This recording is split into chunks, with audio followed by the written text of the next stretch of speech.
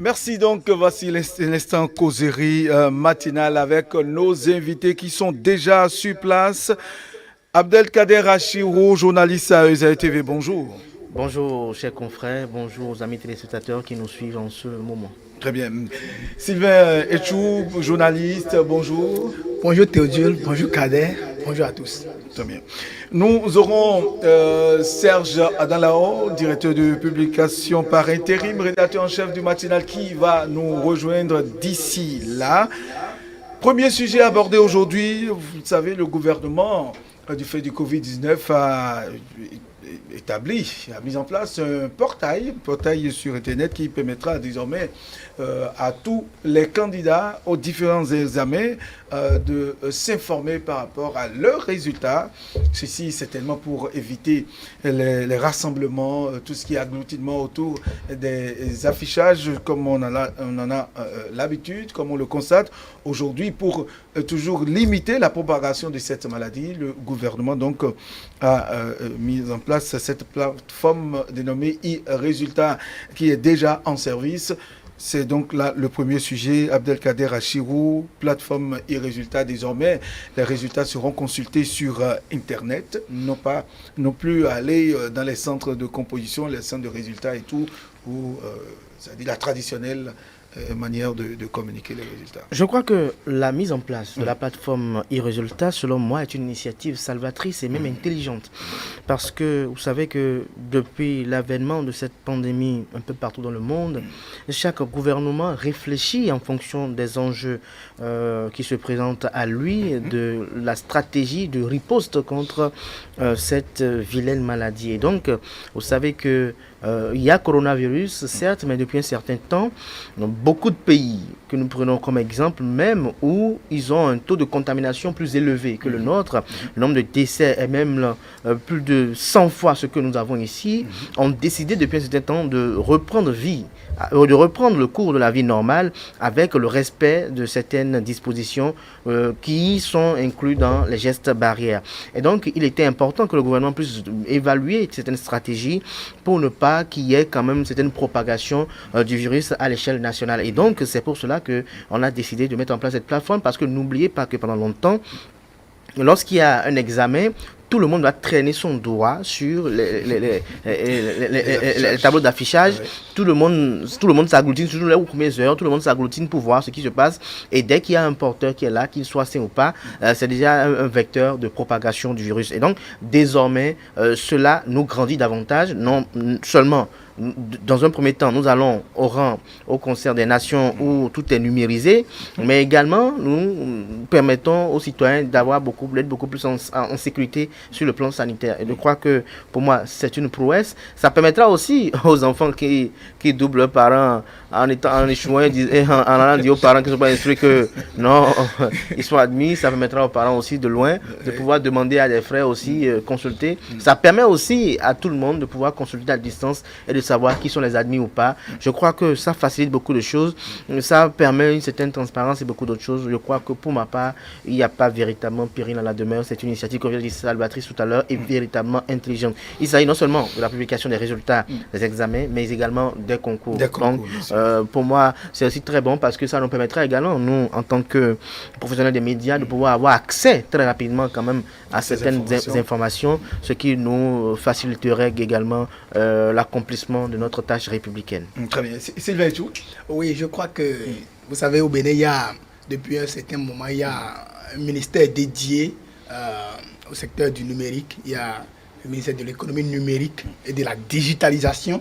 Donc, c'est tout ce qui se passe actuellement à travers cette plateforme e-Résultats entre en droite ligne à tout ce que Abba comme travaille ce ministère-là. Et c'est à saluer parce que vous savez, au Bénin, depuis un certain temps, je le disais tantôt, il y a l'office du bac qui était dans cette même dynamique où les résultats du bac sont disponibles sur le site de l'office. Et puis, si aujourd'hui on étend à tous les examens, tant CEP comme BPC, et même au niveau des concours d'État, vous savez, à ce niveau, ce qu'on endurait par le passé, au niveau des concours où des résultats sont truqués façon avec tout ce qu'il y avait. Donc aujourd'hui, avec cette cette plateforme, on a les résultats et puis tout le monde est servi au même moment. Vous savez, lors des examens toujours, il y a des départements qui ont les résultats avant d'autres et puis d'autres tardent à venir et tout. Aujourd'hui, avec cette plateforme, c'est que les résultats sont disponibles une fois pour tout le monde.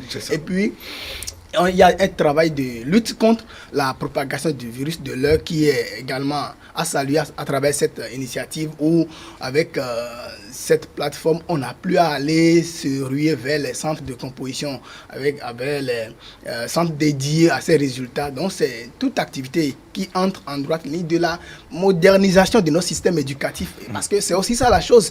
Quand on va à l'école, quand on évolue, quand on croit à un certain développement, il faudrait que le développement soit harmonisé, soit enclenché dans tous les domaines. Et c'est aujourd'hui le secteur de l'éducation qui est en train d'être boosté de cette manière pour que d'ici là, que même on a parlé également des épreuves et de leur corrigé type. Je crois que dans les journaux ce matin, il y a beaucoup de journaux qui ont apporté les épreuves corrigées type, même les barèmes du BEPC. J'ose croire que c'est sur cette plateforme-là qu'ils auraient eu ces épreuves corrigées et tout. D'ici là, on aura également le CEP, le bac, et puis ainsi de suite. C'est à saluer, à saluer. On ne peut que souhaiter que d'autres domaines soient impactés par cette innovation pour qu'on puisse aller au Conseil des Nations digitalisées. Très bien. Serge Dalao, rédacteur en chef du quotidien Le Matinal, nous a rejoint. Serge, bonjour, merci d'être là. Bonjour, chers co-débatteurs, bonjour à vous. Là. Très bien. Alors, est-ce que l'instauration de cette plateforme e-résultats limiterait, est-ce que c'est véritablement la solution? Sinon, est-ce que ça limiterait, ça éviterait ces attroupements autour des affiches et autres? Non, mais ça va de soi. Hein. On n'a pas besoin de porter des loupes pour aller constater cela sur le terrain, vu l'expérience qui a été faite pendant longtemps, pendant des années au Bénin, avec les résultats qui sont concentrés au niveau... Par exemple, quand je prends une commune où c'est seulement un établissement ou deux qui affiche ces résultats-là, on ne peut que dire qu'avec cette initiative, désormais, il y aura moins d'attroupement, sinon il n'y aura plus d'attroupement au niveau des centres de composition ou des établissements, j'allais dire des établissements où les apprenants, les élèves sont appelés à effectuer le déplacement pour consulter ces résultats. Le volet attroupement que vous soulevez, je pense que c'est quand même important parce que nous sommes dans un moment critique de crise sanitaire où le virus, le coronavirus ne fait aucun cadeau, sévit comme cela se doit. Il fallait que le gouvernement prenne ses responsabilités comme ce fut le cas avec les mesures barrières qui ont été imposées un peu partout sur toute l'étendue du territoire national. Sur ce plan-là également, il fallait réagir. C'est ce que le pouvoir central a fait en instituant cette plateforme dans la dynamique de la digitalisation de l'administration qui était en cours, il faut le souligner. Parce qu'avant cette décision de e-résultat, il y avait déjà un certain nombre de services qui avaient été proposés par le gouvernement à la population.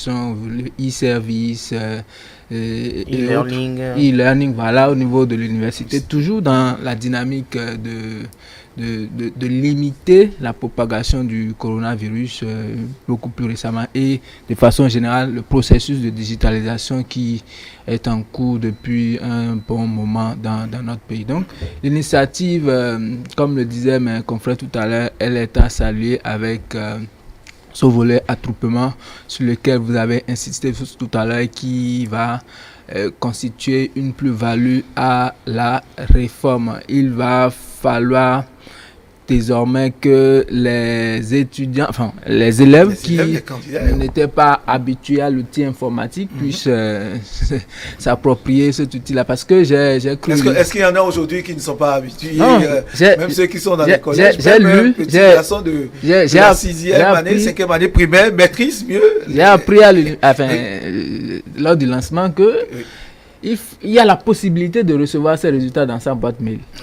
Ça veut dire quoi? Ça sous-entend que désormais, dès le cours primaire, il faut que l'élève ait sa boîte, mais son adresse électronique. Oui. Son adresse électronique. Ce que moi, en mon temps, par exemple, je n'avais pas. Ma première boîte électronique, je me souviens comme si c'était hier. Je l'ai eu, je crois, en première ou en seconde, un truc comme ça. Alors qu'aujourd'hui, l'opportunité est offerte d'avoir sa boîte électronique déjà en classe disons, de CM1 ou de CM2. C'est une très belle initiative là également. Déjà, après les résultats, c'est pas l'office du bac vous envoie après la délibération, j'allais dire, vous avez vos résultats dans vos boîtes mail. Maintenant, si vous voulez consulter, il me semble qu'il y a un petit forfait il faut débourser 50 francs ou 100 francs. Je pense que c'est pas encore les yeux de la tête. Si vous êtes appelé à vous prévenir contre une maladie dont l'issue n'est pas connue d'avance, je pense que l'essentiel a été fait par le gouvernement. Il faut que les parents d'élèves puissent accompagner l'initiative. Il faut que les apprenants même puissent véritablement utiliser la plateforme, puisque au-delà même de la consultation des résultats, et pour les concours et autres, l'opportunité sera offerte aux différents candidats au concours et autres de pouvoir quand même se rendre sur cette plateforme-là pour consulter les résultats également. Les épreuves, les corrigés type tout à l'heure, comme le disait mon vis-à-vis, seront désormais postés sur la plateforme, y compris les attestations de diplômes, même les diplômes, parce que j'ai suivi aussi le directeur de l'ANSSI hier sur une chaîne de télévision de La Place qui disait que la vision à terme, c'est que sur la plateforme, après les résultats, vous puissiez y aller et vous faire délivrer votre diplôme. Vous faire délivrer votre attestation de diplôme, ce qui n'est pas le cas présentement. Donc, désormais, je crois dans un futur pas trop lointain, cette opportunité-là également va être présentée aux candidats. Donc, au-delà du volet attroupement, il y a ces opportunités que la plateforme va offrir aux candidats et à la population béninoise tout entière. C'est très bien vu, l'idée, c'est très bien vu, l'initiative. Il faut la saluer et encourager qu'elle puisse véritablement être bénéfique à toute la population béninoise. Très bien. Justement, par rapport à cet aspect du coût que cela génère, dont vous avez parlé, Abdelkader, il y a de ces parents, de ces Béninois qui estiment que 115 francs pour aller consulter, c'est déjà beaucoup. Pourquoi est-ce que ça ne pourrait pas être gratuit? Donc, il y a ces rumeurs qui circulent, ces murmurements, je dirais, qui circulent déjà par rapport à ce que cela peut générer comme coût, absolument.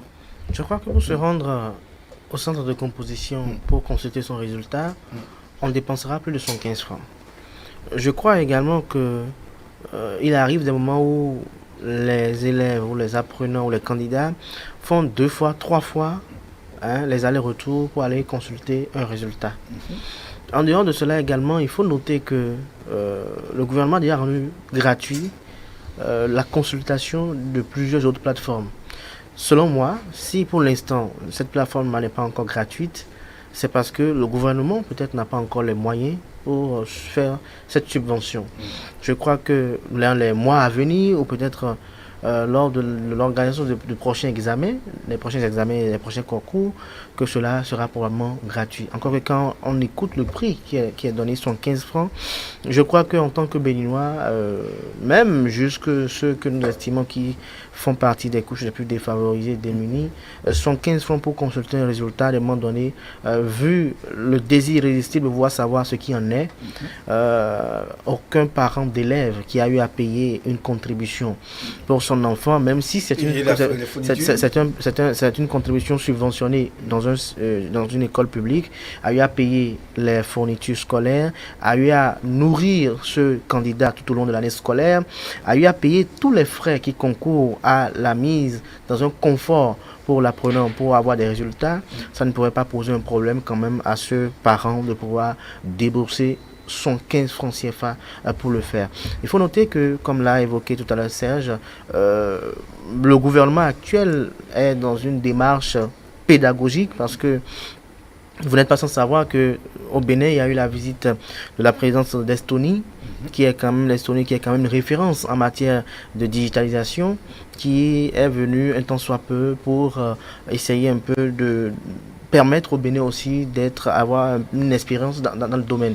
Donc nous avons e-gouvernement qui sera finalisé probablement, nous avons e-learning, nous avons e-résultats maintenant, e-service et autres. Donc je crois que petit à petit, l'oiseau fait son nid. Donc petit à petit, le Bénin est en train de faire son chemin.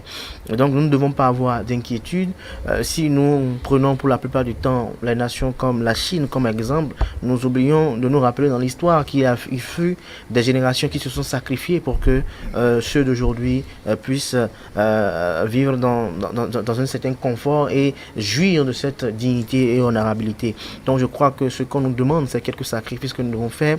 C'est participatif quand même au processus de développement qui est enclenché depuis avril 2016. C'est vrai, c'est plus ou moins douloureux peut-être pour certains, mais je crois qu'on ne doit pas se plaindre lorsque nous regardons dehors devant nous et que nous voyons que des actes concrets sont posés loin de tout populisme et loin de toute action à caractère visant à cultiver le culte de la personnalité. Je pense pour ma part qu'il ne doit pas avoir de problème par rapport à cela. J'invite les parents d'élèves qui nous suivent en ce moment, je leur donne peut-être cette assurance de pouvoir ne pas être inquiets par rapport à cela, de regarder à côté ce qu'ils ont eu à dépenser pour ces enfants, de regarder ce qu'ils ont eu à payer tout au long de l'année scolaire, de regarder tout ce que leur a coûté leur enfant. Ce n'est pas 75 francs pour être au courant du résultat d'un enfant qui va être véritablement source de polémique. Je pense que ça ne devait pas être cela. Oui, c'est cela, puisque pour aller se rendre, dans ces centres de résultats, vous prenez le taxi moto Zévian. Bien sûr. Retour, ça vous Ou l'essence à la moto, peut-être. L'essence à la moto, etc. Ou dans la voiture. Oui. Je crois que les Béninois dépassent cet aspect de la chose. Certes, il y a des gens qui le disent, mais je crois que la plupart des Béninois dépassent ça. Il y a une compréhension beaucoup plus du numérique aujourd'hui qui dépasse ces réactions et que nous devons appeler tous les autres à dépasser effectivement ce genre de réactions parce que vous savez, il y a beaucoup de risques. Quand nous apprenons lors de ces résultats-là qu'il y a des enfants qui, se rendant sur les lieux de composition, ont eu des cas d'accident malheureusement qui surviennent et que des enfants, par exemple, peuvent perdre des vies et que, in fine, on découvre qu'il est réellement admis pour son examen. Je crois que c'est des risques qu'on prend. Il y a aussi que, par le passé, je reviens toujours sur le cas de l'Office du bac où vous pouvez consulter via les réseaux GSM disponibles sur le plan national. Ça coûte, à chaque consultation, ça coûte 200 francs de crédit. Si vous devez consulter une fois pour un candidat, bien sûr, quand vous entrez le numéro de table et tout, ça coûte 200 francs. Quand ça flotte et que vous n'êtes pas satisfait, vous pouvez réessayer, c'est encore 200 francs. Je crois qu'avec avec l'initiative d'aujourd'hui, on devrait pousser un offre de soulagement pour dire il y a une certaine manière de nous réduire le coût par rapport au bac. Maintenant, ça c'est tant aux autres examens, je crois qu'on ne peut qu'être satisfait de ça et dire que ce gouvernement est en train de penser au bien-être de sa jeunesse. Je parle de la jeunesse parce que quand on parle de l'éducation, quand on parle des concours, c'est beaucoup plus la jeunesse, ce n'est pas ceux qui sont à un certain âge, c'est la jeunesse qui est ainsi concernée. Je crois que cet effort est à saluer et donc les parents, on pouvait peut-être se plaindre des cas des populations des zones les plus reculées pour dire comment est-ce qu'ils peuvent avoir accès à ce service-là. Mais aujourd'hui, avec le maillage sur le plan de l'Internet qui se fait au plan national, on peut encore croire que toutes les contrées de notre pays pourraient être impactées, en tout cas, ceux qui sont même les plus loin de Cotonou, qui sont même dans les zones les plus reculées, peuvent avoir accès à l'Internet grâce au réseau GSM qui essaye de venir en aide au plan national, à ce qui se fait au plan national. Je crois qu'on pourra avoir accès à ces résultats en temps normal et ça va réduire les coûts, ça va réduire également les risques et ça réduit en même temps la propagation du vilain virus de coronavirus.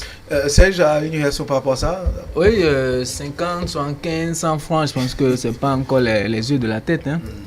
Par rapport à l'offre qui est fournie, on va demander simplement aux parents d'élèves, aux élèves, aux candidats de ne pas avoir la modique somme de 50 francs qui est demandée, comme le disait tout à l'heure mon prédécesseur, avec l'expérience du bac qui a eu lieu, je crois, il y a 1 ou 2 ans. C'était un peu plus du montant actuel qui est proposé. Et puis, le Béninois, il faut qu'on se départisse de l'idée de la gratuité à tout bout de champ. Il faut quand même apporter une modeste contribution à ce qui est offert, à ce qui est mis en œuvre. Il faut accompagner en fait l'initiative. On ne peut pas s'attendre à ce que tout soit gratuit à tout moment. Gratuité, d'accord, mais il faudrait qu'à un moment donné, nous-mêmes, on puisse apporter notre contribution à l'œuvre gouvernementale, aux initiatives gouvernementales. 50 francs, 75 francs, 100 francs, c'est pas encore tuant. On a la possibilité de faire cet effort d'apporter cette contribution. Il faut que on s'y mette pour que le projet puisse véritablement être pérenne et être pérennisé, pour que les générations futures puissent véritablement en bénéficier, qu'après le coronavirus, l'initiative puisse rester et demeurer le plus longtemps possible. Très bien. Merci, chers invités. Nous allons à présent passer au second sujet. Mairie de Parakou, Charles Toko, page vraiment tournée. C'est là la grande interrogation, puisque depuis quelques jours, il y a remue-ménage au sein de cette municipalité. Les élections seront reprises. Qui sera désormais le maire, le prochain maire? Est-ce l'ancien qui sera reconduit? Aujourd'hui, la grande question se pose. Est-ce que cette page de Charles Toko serait ou est en train d'être vraiment tournée? La question se pose aujourd'hui, Abdelkader Achero. La question se pose. Elle mérite d'ailleurs de se poser. Et d'autres interrogations également découlent de cette interrogation, à savoir quel serait l'intérêt du retour de Charles Toko aux affaires de la municipalité de Parakou. Est-ce que son retour va davantage lubrifier le processus de développement de la ville? Est-ce que son absence va entraîner la ville dans le déclin? Quand on connaît un peu les accointances de l'ancien maire de Parakou avec les tenants de ce régime, quand on sait que la question de développement est hautement politique et qu'elle puise sa légitimité de négociation politique également, et donc plusieurs interrogations traversent les esprits. Et donc dans la foulée, on se pose également cette question de savoir, le maire presque sortant, c'est-à-dire Bakar Yaya, est-ce qu'il est en mesure de pouvoir faire les concessions possibles pour rester maire? Est-ce que sa tête plaît toujours au sein du groupe FCBE? Est-ce qu'il est en mesure de faire l'unanimité au sein du conseil communal? Est-ce que lui, en tant qu'Aboubacar Yaya, est-ce qu'il permettra aux différents conseillers de pouvoir exercer en toute indépendance politique, et que les questions politiques seront débattues en dehors des questions de développement? Je crois qu'il y a une panoplie d'interrogations qui traversent les esprits actuellement. C'est l'heure des tractations les plus politiques que politiciennes, et tout ce que l'on pourrait dire ici pourrait s'apparenter à des spéculations. Mais si Charles Toko doit revenir, il reviendra. C'est vrai que l'intéressé a eu à déclarer qu'il n'en veut pas personnellement, mais je crois que si on le revoit aujourd'hui, ce ne serait plus de sa volonté, mais de l'exigence non seulement des enjeux du moment de développement de la ville de Parakou. C'est ce qu'il ne faut pas occulter, parce que qu'on soit Union progressiste, Bloc républicain ou FCBE, je crois que le premier objectif, c'est le développement de la ville de Parakou. Et donc, si au sein du conseil communal, c'est le seul homme qui est en mesure de pouvoir impulser un véritable développement à la ville, c'est le seul homme qui, au sein du conseil communal, a le carnet d'adresses nécessaire qui doit concourir au véritable développement de la ville, c'est le seul homme qui est en mesure de pouvoir jouer des relations pour pouvoir négocier les plus gros projet de développement pour sa commune. Et quand on connaît un peu l'homme et le parcours initiatique qui est le sien, quand on connaît un peu, ou bien on a une idée de son agenda, on peut à même de se dire que lorsqu'on y voit de près, il est pratiquement le meilleur joker. Et donc le revoir à la tête de la mairie de Parakou, pour moi, il n'y a pas véritablement de souci, parce que je crois que c'est véritablement l'homme de développement qui serait de retour, même s'il n'en veut pas lui-même. Mais si c'est pour lui qui doit faire le job, il faut mettre en œuvre tout ce qui est possible, parce que là, comme je le disais tout à l'heure, nous sommes purement en politique. Et quand on est en politique, c'est parfois les irrégularités qui deviennent régulières en matière politique. Et on trouve les arguments les plus juridiques que politiques pour les expliquer. Et donc, quel que soit ce qui se fera, il faut que celui qui soit choisi soit celui qui soit en mesure d'avoir le profil de pouvoir faire développer réellement Parakou. Très bien. Très important. Oui, Serge, dans là-haut, là, beaucoup diront que, bon, attention, il y a d'autres candidats, il y a d'autres qui pourront développer la ville de Parakou en dehors de Charles Tokor, et qui pourront dire, bon, allons, essayons quelqu'un d'autre. Comme lui-même déjà, il décline déjà cette ambition et s'en remet à la volonté du parti. Oui, Charles Tokor n'est pas le seul conseiller de la municipalité de Parakou. Il y a, même au sein de sa chapelle politique, le Bloc républicain, ils doivent être actuellement 16, c'est ça, hein, 16, oui, 16. Et à part lui, il y a 15 autres, et autant qu'ils sont, même s'ils ne sont pas du même niveau intellectuel donné, il doit quand même avoir dans le lot des gens qui aient le background nécessaire, le background qu'il faut pour pouvoir conduire les destinées de la municipalité de Parakou. Donc, Charles Tokor seul, enfin, si ce n'est pas Charles Tokor, c'est que plus personne d'autre ne pourra conduire les destinées de Parakou, non. Mais quand on regarde le contexte dans lequel ce dernier a pris les rênes de la municipalité en 2016, et en quelques 3 ou 4 ans, le niveau où il a mis Parakou, on se demande si aujourd'hui sa décision est vraiment une meilleure décision. On se demande si sa décision est vraiment la bienvenue, parce que parfois vous pouvez ne pas vouloir de quelque chose, mais puisque vous appartenez à un groupe, la volonté du groupe va s'imposer à vous. C'est par rapport à ça que je dis, Charles Tokor, d'accord, que des attentions ne soient pas focalisées sur sa petite personne, mais à un moment donné, il va falloir qu'il puisse s'en remettre, comme lui-même l'a dit, à la décision que prendra son parti politique. Je crois que la réforme du système partisan aussi, c'est cela. C'est le parti qui décide de qui va conduire les destinées, ou prendre la tête de telle mairie ou municipalité, de tel arrondissement. Donc et je crois que le parti prenait une bonne décision si le choix était porté sur Charles Tokor, puisque de 47e en 2017, Charles Tokor a pu hisser Parakou au 3e rang en 2018. Vous imaginez, la 47e place, une municipalité dont les finances, la gestion, la gouvernance étaient les plus catastrophiques possibles.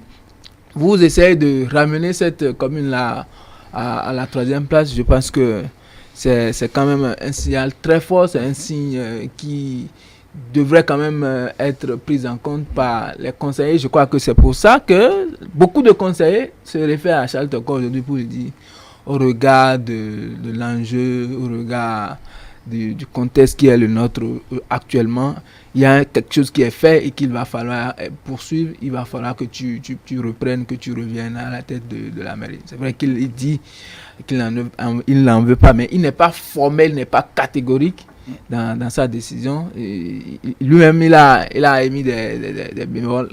Si le parti devrait aller dans le sens contraire de sa décision, il va falloir que le parti puisse tenir compte des intentions, des ambitions de chacun. À un moment donné, je crois que chaque conseiller devra mettre de côté ses ambitions pour que le développement qui les tient à cœur, eux tous, puisse véritablement être pris en compte. Oui, Sylvain Jou. Oui, je crois que Parakou aujourd'hui présente une carte un peu spéciale, une carte unique, parce que actuellement là, même si on considère que le bloc républicain a 16 conseillers, le FCBE également réclameront qu'ils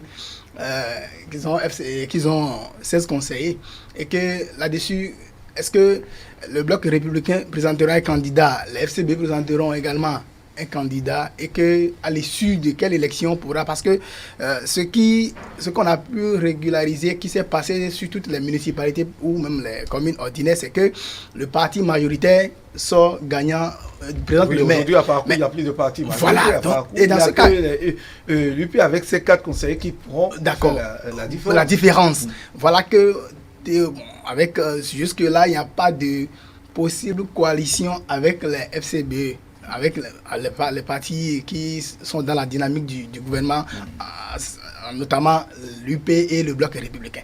C'est-à-dire que les FCBE ont déjà malheureusement perdu la danse d'avance. Et puis, le Bloc républicain se retrouve assez devant en poupe. Et puis, Charles Toko qui... Je crois que, prenant ces propos, moi je prends ça comme un bon démocrate. Un bon démocrate qui se remet à son parti politique pour dire, voilà, je ne suis pas moi qui décide, mais plutôt la majorité, le parti qui décide et tout. Ça se résume un peu à cela. Mais Serge, je le disais tantôt, Parakou aujourd'hui a rattrapé un certain retard accumulé des années durant sur le plan de la gestion de la municipalité. Puis c'est grâce à cet homme-là, on ne peut pas lui occulter ça. Et donc s'il faille que lors de cette mandature, on puisse continuer dans la même dynamique, je crois que ce ne serait que le vœu des populations de Parakou et ils l'ont exprimé d'une certaine manière. Mais si on devait faire UP plus BR, ça devait donner cette volonté. Mais comme c'était que le parti majoritaire devait donner le maire, ça a été le cas avec la FCB qui malheureusement se sont entremêlés les pédales et puis se retrouvent aujourd'hui en difficulté avec le maire Aboubakar Yaya et tout. Je souhaite que l'homme revienne à la tête de la municipalité. Je parle bien sûr de Charles Toko, pour pouvoir donc la dynamique qui est imprimée depuis un certain temps puisse continuer, puisse être redynamisée de façon à ce que d'ici 2000, je crois qu'ils vont finir en 2026, 6 ans d'année, 6 ans d'exercice encore, on pourrait faire le bilan en son temps pour voir que oui, on s'était trompé, non, les populations avaient vraiment souhaité cette continuité qui leur a été bénéfique. Mais de l'autre côté, je revois que sur ce plan, c'est vrai, nous sommes en politique où le politiquement correct n'est pas toujours la même chose dans la réalité. Est-ce que revenir avec Charles Toko, avec le Bloc républicain aujourd'hui, parce que Parakou fait partie des communes qui ont échappé à la mouvance présidentielle. Et puis si aujourd'hui on devait revenir avec le Bloc républicain, avec le Bloc républicain, avec Charles Toko peut-être, est-ce que ça ne revient pas à nourrir ceux qui disaient tantôt que c'est le pouvoir qui a suscité cette polémique au sein de FCB pour pouvoir donc casser la FCBE, histoire de reprendre cette municipalité? C'est une question qui reste posée et que je voudrais répondre pour dire que même si c'est le cas, c'est ce qu'on appelle politiquement correct. C'est de la politique et puis si ça arrange les uns, ça doit déranger les autres. Et puis si c'est le développement qui compte, moi c'est ça le seul... la seule boussole qui doit gouverner chaque politicien, le développement à la base. Parce que à la tête du pays, il y a une dynamique qui est imprimée, il y a une volonté qui est affichée. Il faudrait que cette dynamique soit ressentie à la base. Et que si le Bloc républicain devait revenir à la tête de la mairie de Parakou pour pouvoir que cette dynamique soit revenue, soit un peu mise en branle encore à Parakou, je crois qu'on ne peut que frotter les mains et souhaiter bon retour au Bloc républicain, bon retour à Charles Toko. Très bien. Abdelkader Assirou, disons, si ça doit être Charles Toko, et quelles sont les raisons que vous devez avancer pour convaincre le maire Charles Toko à reprendre la mairie et que si vous est arrivé de le rencontrer, de discuter avec lui directement?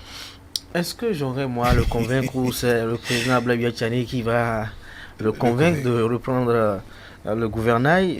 Je pense que Serge a si bien illustré quand même un certain nombre d'actions qui sont des actions inédites qui sont à son actif, qu'il a eu à entreprendre, notamment la bonne gestion des finances publiques, le déclassement de la commune, c'est-à-dire de 47 à 3e, sans compter également la FIP, la Foire internationale de Parakou, qui a été un véritable rendez-vous commercial inédit dans l'histoire des maires de la ville de Parakou. Je ne parlerai pas de ces innombrables projets de développement qui ont été implantés à Parakou, uniquement grâce à son leadership, uniquement parce que c'est Charles Tokor qui le voulait. Et vous savez, lorsqu'on parle de Charles Tokor au-delà des frontières béninoises, c'est un nom qui résonne et tonne. Vous savez, l'homme ancien journaliste professionnel des médias, pas des moindres, qui a su quand même faire trembler les régimes successifs au Bénin, aujourd'hui il se retrouve au maire avec le carnet d'adresse qu'il a aujourd'hui. Je crois que, j'ose le dire, sans risque de me tromper, que au sein de ces conseillers élus-là, c'est le seul quand même qui, pas parce qu'il a seulement le background, je parle de carnet d'adresse, qui sera en mesure de pouvoir véritablement venir aux attentes. Parce que n'oubliez pas que autant le maire de Parakou va vouloir des projets de développement pour sa ville, autant celui de Cotonou aussi va vouloir aussi des projets de ville des projets pour sa ville, clair. Et autant également celui de Porte-Novo. Et vous savez, aujourd'hui, on a comme une sorte de rivalité entre la municipalité de Cotonou et celle de Parakou. Et aujourd'hui, lorsque vous voyez un peu le profil de celui qui est à la tête de la mairie de Cotonou, c'est vrai que pour le moment, pour des questions sanitaires, il n'y est pas pour le moment, mais lorsqu'il va revenir, c'est un Lucas Trocourt avec son parcours également, président de la NCB, sans compter également ses attaches au sein de l'association des maires francophones, je crois que voilà encore quelqu'un qui va vouloir quand même prouver, pour ceux qui ne le voulaient pas le voir à Cotonou, va vouloir prouver que bon, tout ce qui doit rentrer, ça vient à Cotonou pour qu'on sache que c'est grâce à mon leadership que ça vient. Et donc, il faut qu'il y ait quand même à la taille quelqu'un qui soit en mesure de pouvoir rivaliser avec lui en matière de relations, en matière de lobbying. Parce que n'oubliez pas que, comme je vous disais tout à l'heure, la question du développement, elle est hautement politique. Donc, pour ma part, je crois qu'il serait bien pour faire le job. Et vous savez, je fais partie de ceux qui disent parfois que il y a certaines de ces villes véritablement stratégiques qu'on ne doit pas laisser aux mains de certains acteurs politiques se réclamant d'une opposition politique au régime. Parce que vous savez, lorsque les acteurs politiques se réclament d'une opposition au régime, ils sont parfois réfractaires aux négociations avec le régime en place. Parce qu'ils estiment que dès qu'ils vont en négociation avec le régime, ils seront taxés de vouloir aller se faire corrompre. Dès qu'ils posent une action aux côtés d'un ministre du régime, et on estime que non, ils ont été acquis. Et donc, chez nous, il y a une confusion entre les actions de développement, les nécessités qui concourent aux actions, à l'effectif des actions de développement et les actions purement politiques. Vous savez, il y a toujours cette suspicion-là. Dans ce pays, vous avez vu, parce qu'il était leader de l'opposition, parce qu'il s'est rendu à tel baptême, on a tout de suite ajouté de l'opprobre, pourquoi il s'est rendu là-bas. Vous voyez, il y a tellement de commentaires parfois puérils et déshonorants qui se font, qui ne méritent pas d'être faits. Donc, dans la dynamique dans laquelle Parakou, l'envol que prend Parakou aujourd'hui, cette ville, aux mains aujourd'hui des FCBE, est-ce que le leader FCBE qu'on mettra là, est-ce qu'il sera en mesure de pouvoir mettre de côté les clivages politiques, leur antipathie à l'égard du régime Talon pour aller négocier les questions de développement? Parce que c'est ça. Il ne faudrait pas que pendant tout le mandat du maire qui va venir, que la ville stagne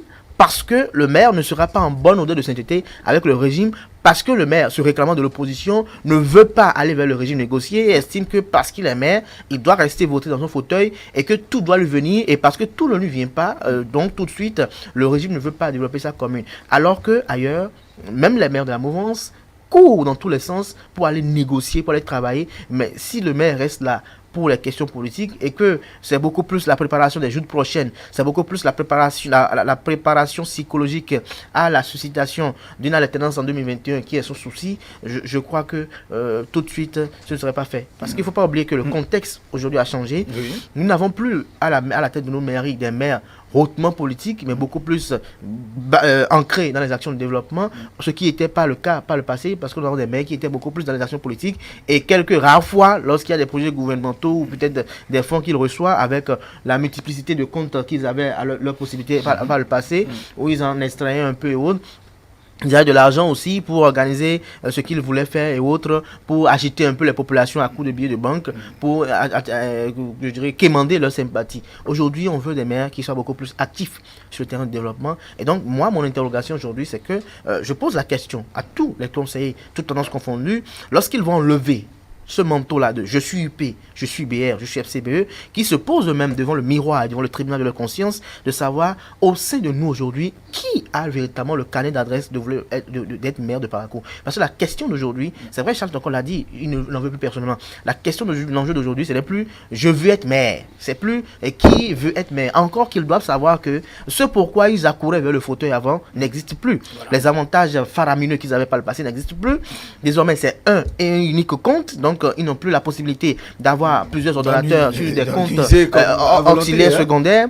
Et donc, aujourd'hui, il y aura probablement dans les jours à venir une agence qui va essayer de revoir un regard beaucoup plus pédagogique dans la gestion des finances publiques. Aujourd'hui, ils sont surveillés comme du lait sur le feu. Il y a Internet qui est là tout de suite pour faire fuiter immédiatement certaines informations, ce qui n'était pas le cas par le passé. Donc, ils doivent voir tout cela en jeu, juste à poser cela avec leur intérêt partisan actuel et voir, je suis de Parakou, je suis de cette ville également, qu'est-ce qu'il faut pour le développement, non pas pour la politique. Je crois que s'ils se posent cette question-là, le seul nom qu'ils retrouvent au bout de leurs lèvres, non pas pour faire l'apologie de l'homme, non pas pour lui jeter des fleurs, non pas parce que nous sommes dans le journalisme et que nous devons un devoir de respect envers un aîné, mais ils verront qu'il y a un seul nom qui reviendra à chaque fois au bout des lèvres, c'est Charles Tokor. Qu'on l'aime ou pas, actuellement, dans le contexte politique actuel, c'est le seul et l'idéal, selon moi, qui est en mesure de pouvoir poursuivre le Salvatrice et de pouvoir toujours recevoir les projets de développement pour la ville de Parakou. Alors, Serge, est-ce que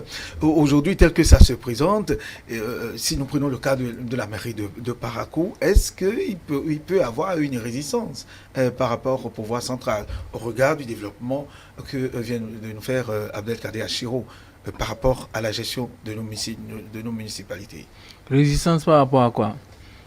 Le maire qui est là, il est là pour résister au pouvoir en place ou bien pour œuvrer au développement? C'est des cas que nous avons eu. Il y a eu des cas dans ce pays. C'est des cas qu'on a eu, qu'on a connus. Tout récemment d'ailleurs. Mais voilà. Ces cas sont venus parce que malheureusement on n'avait pas à la tête de ces communes-là des leaders en fait. Sinon le leader c'est pas celui qui ramène tout à lui. Le leader c'est celui qui est préoccupé par le développement collectif. Et en tant que maire, vous ne pouvez pas prétendre diriger votre commune, votre municipalité si vous ne vous départissez pas de l'idée selon laquelle j'appartiens à une formation politique qui est de l'opposition. Le pouvoir en place, automatiquement, le pouvoir en place doit être pris comme un adversaire. Et non, vous êtes là pour le développement. Et pour développer votre commune, vous êtes obligé de composer avec le pouvoir en place. Et je crois, certainement, Aboubakar Yaya l'a compris. Il y a...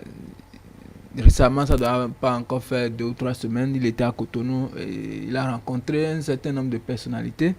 Dans la foulée, il a fait une déclaration et par rapport au projet Asphaltage, il a quand même salué, il a reconnu que Parakou a véritablement changé de visage et ce grâce au projet Asphaltage, la phase numéro 1 du projet. Il a salué le chef de l'État qui a fait bénéficier ce projet à la cité de Kobourou et profiter pour solliciter la deuxième phase du projet à Parakou pour que la dynamique, les rues désormais puissent véritablement être bitumées, pavées comme c'est le cas actuellement. Je crois que c'est dans cette logique que doivent évoluer tous les maires, qu'ils soient de la mouvance comme de l'opposition. C'est pourquoi tout à l'heure, quand vous parlez de résistance, je me suis posé la question de savoir, il faut résister à quoi? Et au développement pour lequel on a été élu ou on a été désigné, mais c'est à ça qu'il faut résister ou bien... La promotion des intérêts politiques.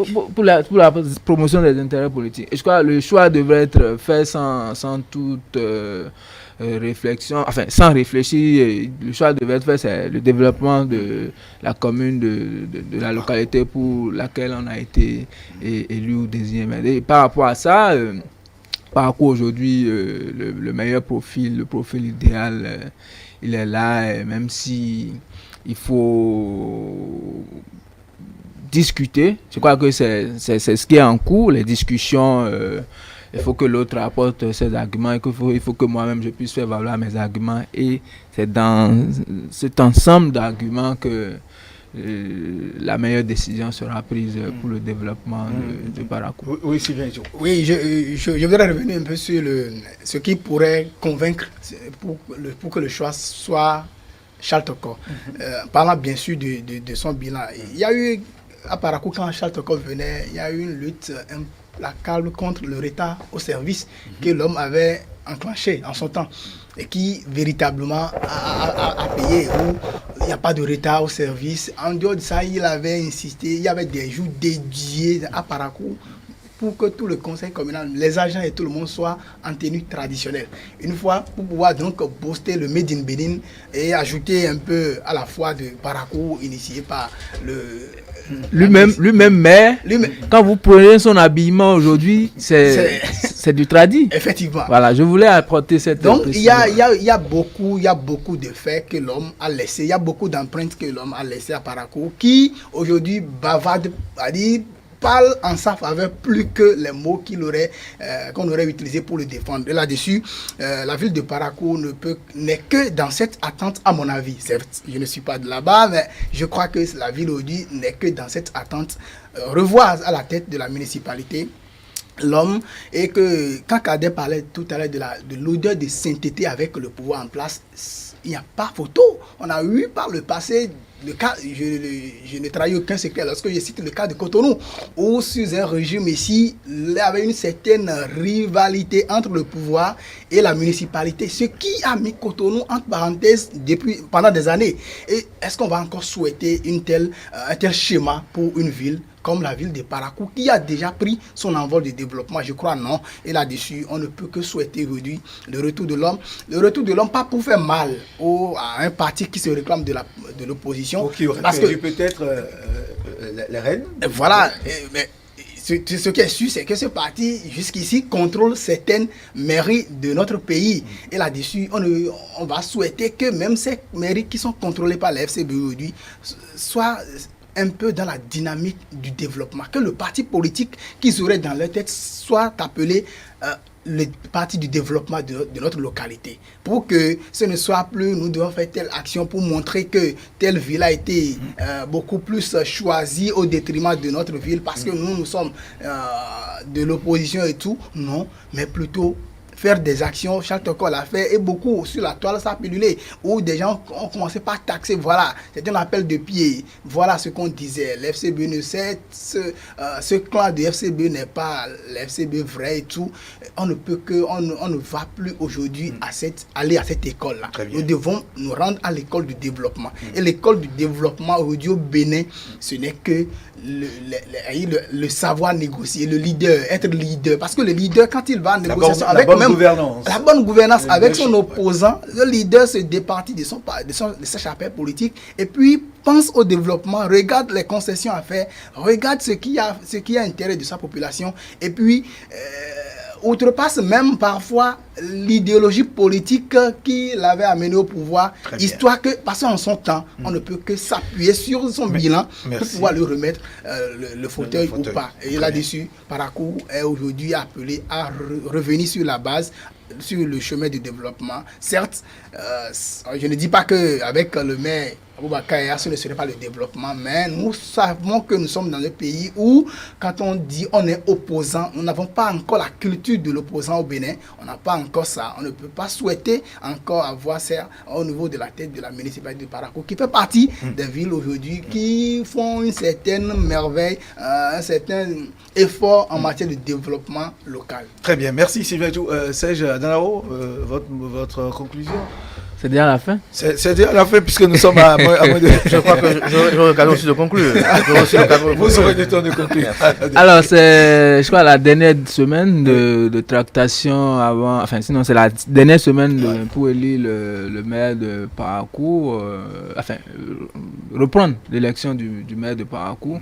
On va souhaiter qu'au-delà des ambitions personnelles, que ce soit véritablement le développement de Parakou qui puisse prévaloir au niveau de chacun des conseillers par rapport à la plateforme e-résultat, que les parents d'élèves, que les candidats puissent véritablement utiliser à fond cette plateforme-là pour que les objectifs poursuivis par le gouvernement puissent être atteints et que le gouvernement n'ait pas l'impression d'avoir mis à la disposition du peuple béninois une plateforme qui n'est pas utilisée. Et une fois encore, 50 francs, 100 francs, c'est pas tuant, c'est pas les yeux de la tête. Même il de faut 100 francs, même de 100 francs, encore qu'on est parti de quelque part pour qu'on en soit là Pas grand aujourd'hui. chose pour vous.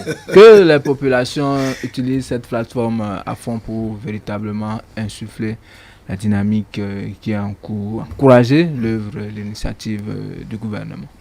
Non, je dirais, allez moi, à présent conclure. très rapidement pour conclure, que ma grande espérance est qu'au cours des tractations, les gens puissent prendre en compte les différents enjeux qui concourent à l'élection de ce maire de la ville de Parakou. Parce que n'oubliez pas que les textes qui ont été revus consacrent quand même un grand pouvoir aux partis politiques sur les maires. Et donc, imaginez par exemple Naboubacar Yaya reçu en audience par le président Patrice Talon. Ils sont allés échanger les questions de développement. Tout de suite, les suspicions qui naissent dans les couloirs au sein du parti FCBE, tout de suite, on force la main au Seine pour l'enlever. Vous voyez, ça met encore la ville dans un véritable cercle infernal, dans un point fini. C'est pas que je ne veux pas de la tête du maire Naboubacar Yaya là-bas. Je veux bien que ce soit Naboubacar Yaya. D'ailleurs, ce sera un plus pour ce parti politique qui est à la recherche effrénée de parrain pour son candidat à la présidentielle 2021. Mais avec l'enjeu actuel, avec tout ce qui y concourt, je crois que Charles Tokor serait plus idéal. Maintenant, s'il arriverait qu'au sein des tractations politiques, ce n'est pas le choix qu'ils aient fait, nous sommes rien que des analystes. Nous allons revenir et analyser également, apprécier également les enjeux qui favoriseront probablement la bonne gestion de celui qui serait désigné. Mais je persiste, je signe que Charles Tokor serait le joker idéal pour poursuivre le développement. Parce que tout à l'heure, Serge a parlé de cela, le projet Asfaltage. Il y a la phase 2 qui va être effective. Il y a également la phase 3 qui doit être faite également parce que l'asfaltage c'est au moins en 3 phases.